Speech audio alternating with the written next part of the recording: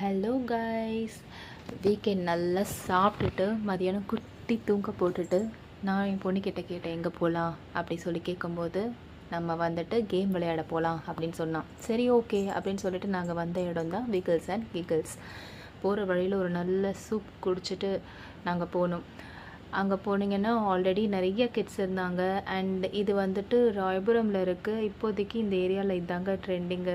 எல்லா கிட்ஸையும் அழகாக கூட்டிகிட்டு வந்து 1 hour 2 hours ப்ளே பண்ண வச்சு கூட்டிகிட்டு போகிறாங்க.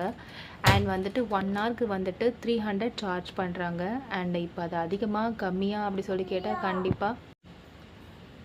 கண்டிப்பாக கொஞ்சம் அதிகம்தான். அந்த காலத்தில், அதாவது அந்த காலம்னா அந்த காலம் கிடையாது, அப்போது அந்த 300க்கு நான் எம்ஜிஎம் விஜிபியே சுற்றுன ஞாபகம் எனக்கு இருக்குது. பட் இந்த ஸ்கொயர் ஃபீட்டுக்கு இவ்வளோ பைசா கண்டிப்பாக அதிகம்தான்.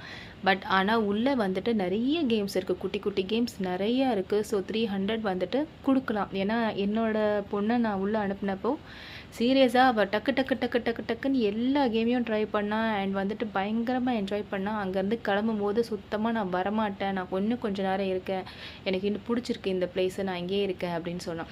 ஆனால் இதே பொண்ணு தான் ஃபஸ்ட் டைம் கூட்டிகிட்டு போனப்போ ஃபஸ்ட்டு 1/2 hour கம்ப்ளீட்டாக வேஸ்ட் பண்ணால். எந்த கேமுக்கும் போகல, யார்கிட்டேயும் போகல.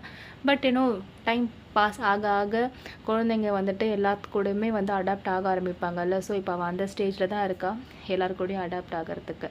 சரி ஓகே, அவள் கேட்டால் நான் கூட்டிகிட்டு வந்துட்டேன், என் கையில் பைசா இருந்துச்சு. ஸோ அதுக்கு தான் வந்துட்டு நார்மலாக லேடிஸ்க்கு வந்து ஃபினான்ஷியல் இண்டிபெண்டன்ஸ் வந்து கண்டிப்பாக வேணும்னு சொல்கிறது. ஸோ இந்த வார்த்தையை நான் யோசிக்கும் போது டக்குன்னு ரீசெண்டாக ரிலீஸ் ஆன தாய்க்கிழவி மூவி தாங்க எனக்கு ஞாபகம் வருது. அந்த ஏஜில் அவங்கக்கிட்ட அவ்வளோ பணம், அவ்வளோ சேவிங்ஸ், அண்ட் வந்துட்டு அவ்வளோ அப்படி நிற்கும்போது ரொம்பவே பயங்கரமாக இருந்துச்சு. கூஸ் பம்ப்ஸ் மொமெண்ட் தான் ஃபுல்லாக, படம் ஃபுல்லாக. அதுவும் லாஸ்ட்டில் விரும்மாண்டி சாங்லாம் போட்டு வேறு லெவலில் கூட்டிகிட்டு போயிட்டாங்க. அண்ட் அந்த படத்துலேயே வந்துட்டு ஒரு கிளைமேக்ஸ் வந்துட்டு இருந்துச்சு இல்லையா, அவங்க பொண்ணுக்கு அவங்க வந்துட்டு ரீமேரேஜ் பண்ணி வைப்பாங்க. ஸோ நான் படம் பார்த்துட்டு வெளியே வரும்போது லேடிஸ் பேசியிருக்கிறத நான் கேட்டேன். அவங்க என்ன சொன்னாங்கன்னா, கெடேரி கஜன் மாதிரி ஒரு ஹஸ்பண்ட் இருக்கும்போது செகண்ட் மேரேஜ் வந்து பண்ணியிருக்கக்கூடாது அப்படின்னு. இல்லை, எனக்கு புரியல. இந்த காலத்துலேயும் வந்துட்டு விமனுக்கு விமன் எவ்வளோ எதிரியாக இருக்காங்க. கொஞ்சம் அட்வான்ஸாக யோசிங்க.